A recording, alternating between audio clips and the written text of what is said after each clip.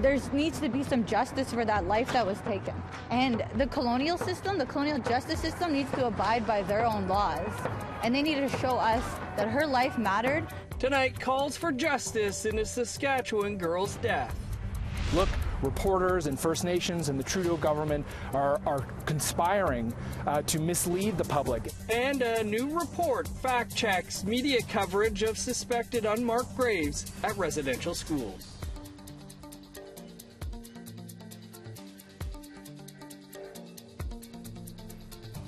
Good evening, I'm Dennis Ward. Welcome to APTN National News. Prime Minister Justin Trudeau is north of 60 this week. He's touring communities impacted by wildfire and helping to announce an affordable housing project. Our reporter Charlotte Moore-Jacobs is there.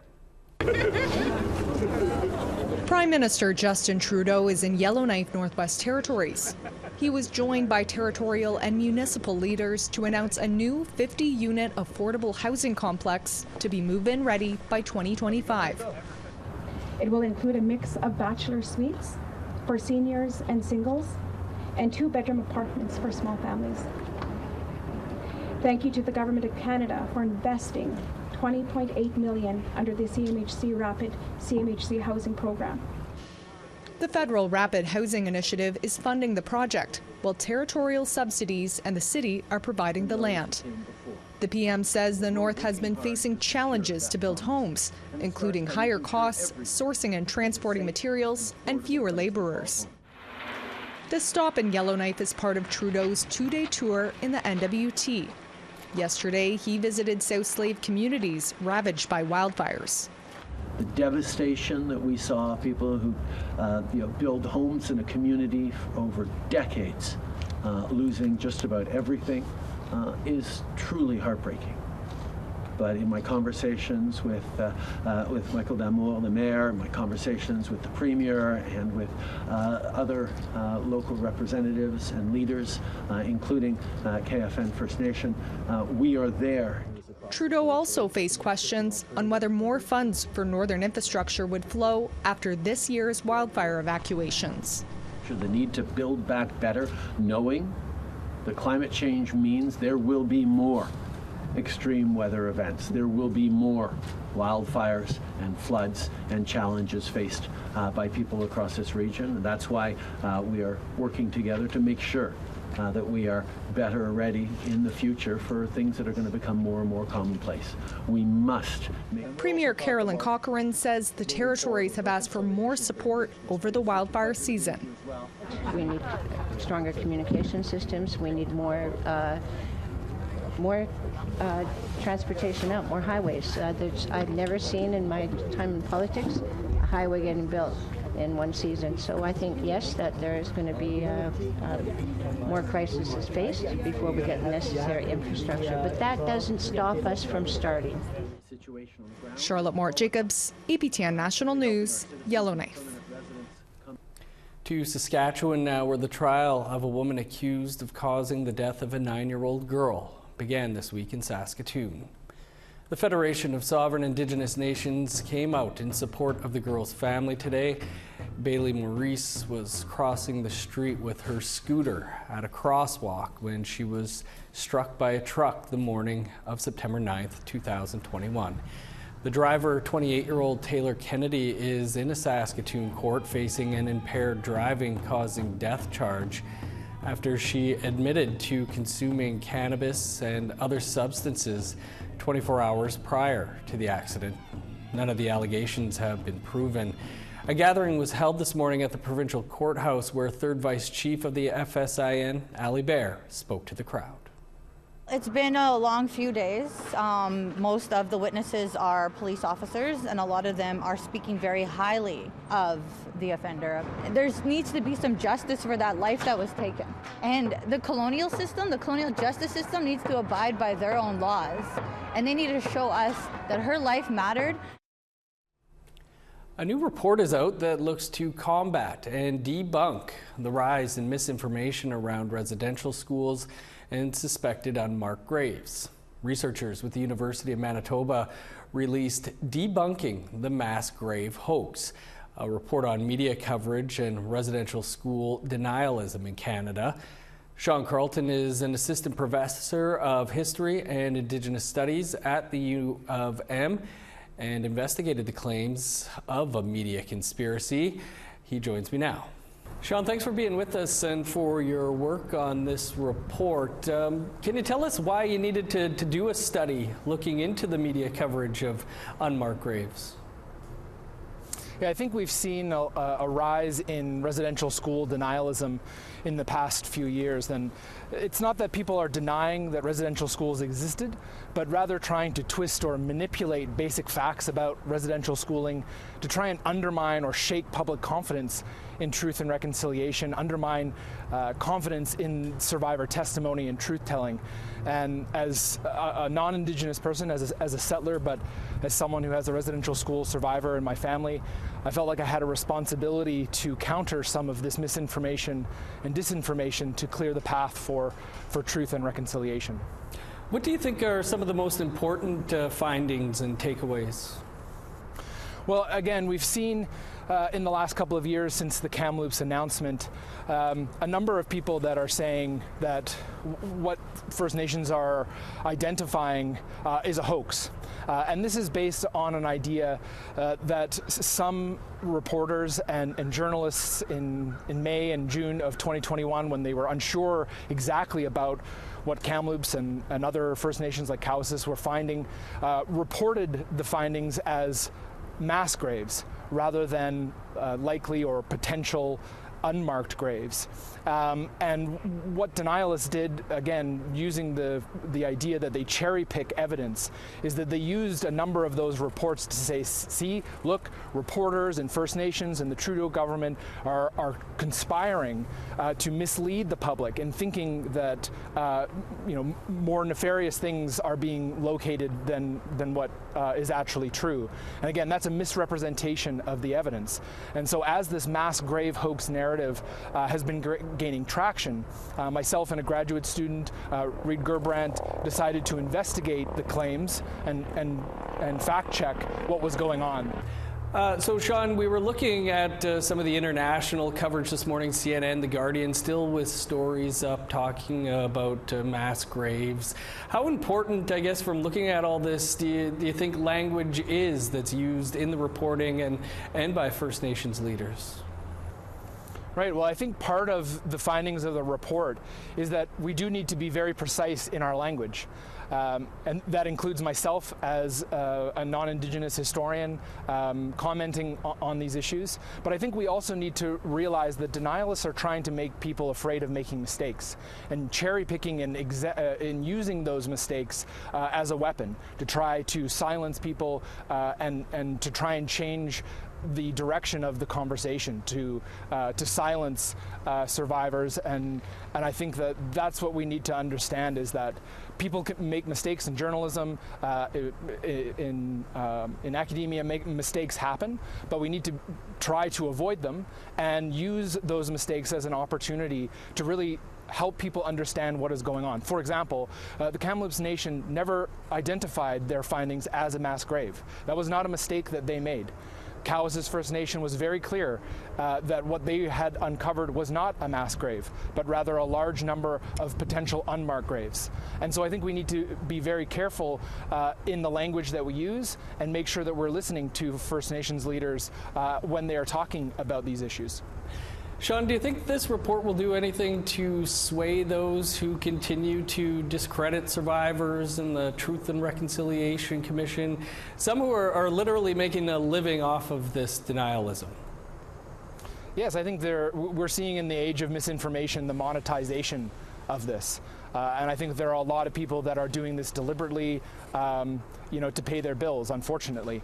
But I think the problem is that people put out this misinformation, but then people pick up on it. They buy into it. They invest themselves in these ideas. And I'm hopeful, as is Reid, that our report will at least shake the idea that there is a mass grave hoax, right? The foundational claim here is that journalists almost universally reported these findings as mass graves, and our report shows that that's not the case. 93.5% of articles that we looked at across 5 different media outlets did not report the findings as mass graves. And so I think continuing to advance this narrative of a mass grave hoax needs to be seen for what it is, which is residential school denialism and disinformation. Sean, important work from the two of you. Appreciate you taking some time to speak with us about it. Thanks so much, Dennis. I appreciate it. We will have more on this report about the hoax on unmarked graves when we come back as we assemble our Truth and Politics panel. That's coming up after the break.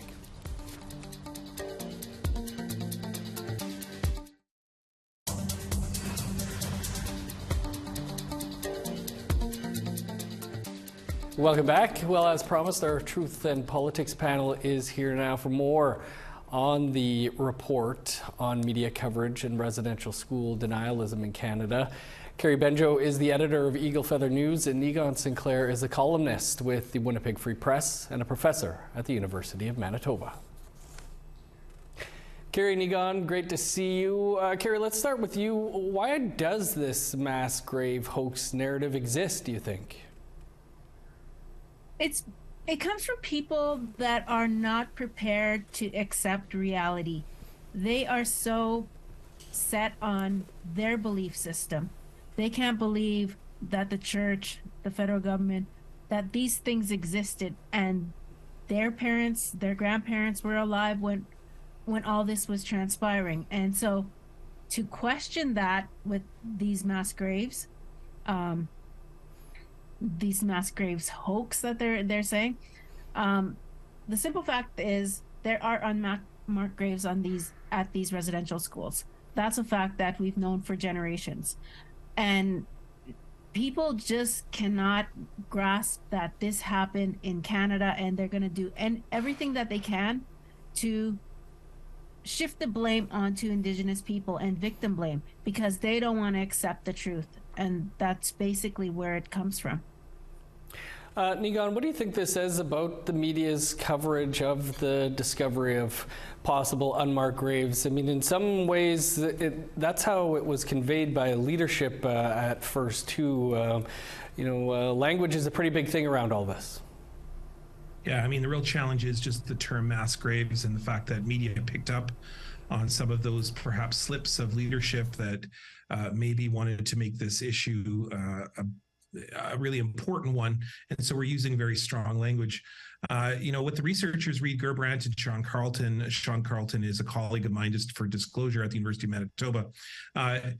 What they were pointing out was that media has to be very, very careful when we talk about such sensitive issues, especially involving that kind of historical ignorance that Carrie's talking about, because what will happen is that certain hysterical, high-profile people in certain newspapers and news channels that bend in a particular way politically will pick on one or two mistakes that are made, and then to make the entire argument or the entire point, the entire fact, as it were, of graves at residential school sites and say, oh, it's a hoax, oh, it's made up, oh, it's overblown, it's not really that bad. And then what happens is everyday Canadians oftentimes are only being exposed to one particular news source, maybe a news source that they're more used to or that they like more. And then what happens is that lie, that's mistake turns into a lie, which then becomes a national movement.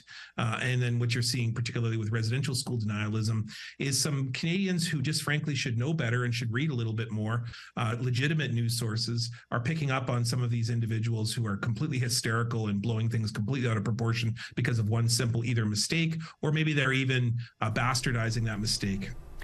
Carrie, what does it say to you that there are still, national mainstream media outlets that give, space to articles on this mass grave conspiracy? I think that just comes with journalism. We try to stay neutral, and so we try to present both sides. And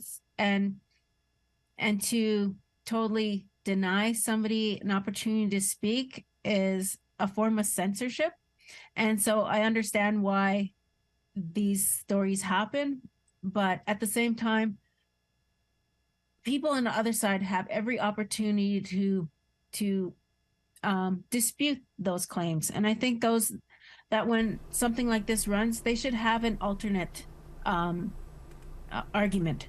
They shouldn't just run one side that's, saying all these things that, this is a hoax. They should have somebody else on the other side giving a clear argument as to, disputing all those claims. And so allowing the audience, the viewers, the readership to make a educated opinion. If they choose to be ignorant and, follow these unsubstantiated claims from somebody who really doesn't know anything, then that's on them, But I think as journalists, we should always strive to give both sides, and this should go for all media outlets everywhere. Nigan, aside from some anonymous Twitter trolls and a handful of others, how widespread do you think this denialism is, and should we be worried about it? Well, the problem is that conspiracy theories are espoused as truth regularly in places like Parliament. It's not just simply about one newspaper or one news channel. The conspiracy theories then grow and become part of political platforms. And the problem is then, we only have so many political parties, but when one of the major ones starts espousing conspiracy theories, then a large segment of Canadians start to believe it. I mean, it's exactly what Carrie's talking about here. Oftentimes the other side of talking about anything Indigenous peoples are talking about, what are we often talking about as leaders, as community people? We're talking about what is it like to be a human being living in a country where our children were taken away and they never came home. Where did they end up? Well, they ended up in these unmarked graves. But the other side of that story is we don't believe survivors. Survivors lie. Residential schools are really good. And so the other side is quite irrational and unreasonable and doesn't have a lot of nuance. And so what ends up happening is that the other side often tends to be very favorable to a very political dynamic that is completely irrational and doesn't listen to logical reporting or legitimate news sources that do their research, that ask certain questions. And, in this case, media should ask the question, why do people use terms like mass graves when we're talking about a very emotional issue, and then just poke in. And what you'll find is that really, this is issue around communities looking for their children. And then, as the report points out, anyone who purports to be a truth teller, to be the only side of the truth, is exactly someone who is probably not telling the truth. And that's what I think residential school denialists are particularly positing themselves as some sort of truth, when the fact is that they're often denying that truth. Carrie, Nigan, we'll have to leave it there. Appreciate you both joining us. Yeah, Miigwech, thanks. A new episode of Nation to Nation is coming up right after the news, and that will give us a preview after the break.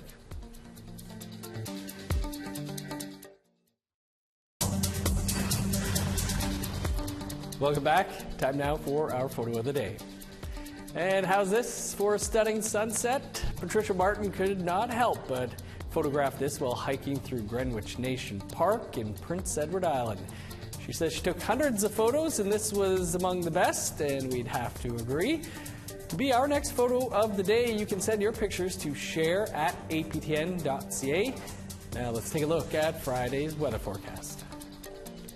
Starting on the west coast, 13 with showers in St. John's, rain and 14 in Halifax. 5 and cloudy in Kuujjuaq, rain in Nain and a high of 8. 16 for Montreal, showers and 12 in Chibougamau. 13 and cloudy in Sault Ste. Marie, rain and 12 in North Bay. 12 with showers in Thunder Bay, rain and 9 in Sioux Lookout. Sun's out and 9 for Churchill, 10 in God's Lake and Norway House. 12 for Winnipeg, cloudy and 13 in Brandon and Dauphin. 10 for Regina, 11 in Saskatoon. 12 in Meadow Lake, sunny, and 12 in the Ronge. In northern Alberta, sun's out and 14 for High Level, Fort McMurray, and Grand Prairie. A sunny 14 in Edmonton, 15 in Medicine Hat. 17 for Vancouver and Penticton, 20 in Kamloops. 14 for Prince George, Smithers, and East Lake. +1 with snow in Old Crow, 13 in Whitehorse. 11 with rain in Yellowknife, 9 and partly cloudy in Norman Wells. +3 with snow in Sax Harbor, 8 in Pawlatuck. +4 in Chesterfield, 10 in Arviat. -11 with snow in Resolute, 8 below in Arctic Bay. APTN Investigates returns tomorrow night with an all-new episode in the final of a two-part series. Journalist Kenneth Jackson continues his investigation into the mysteries surrounding the deaths of two Mohawk fishermen in 2015. Here's a preview of Secrets of the Bay, Part 2.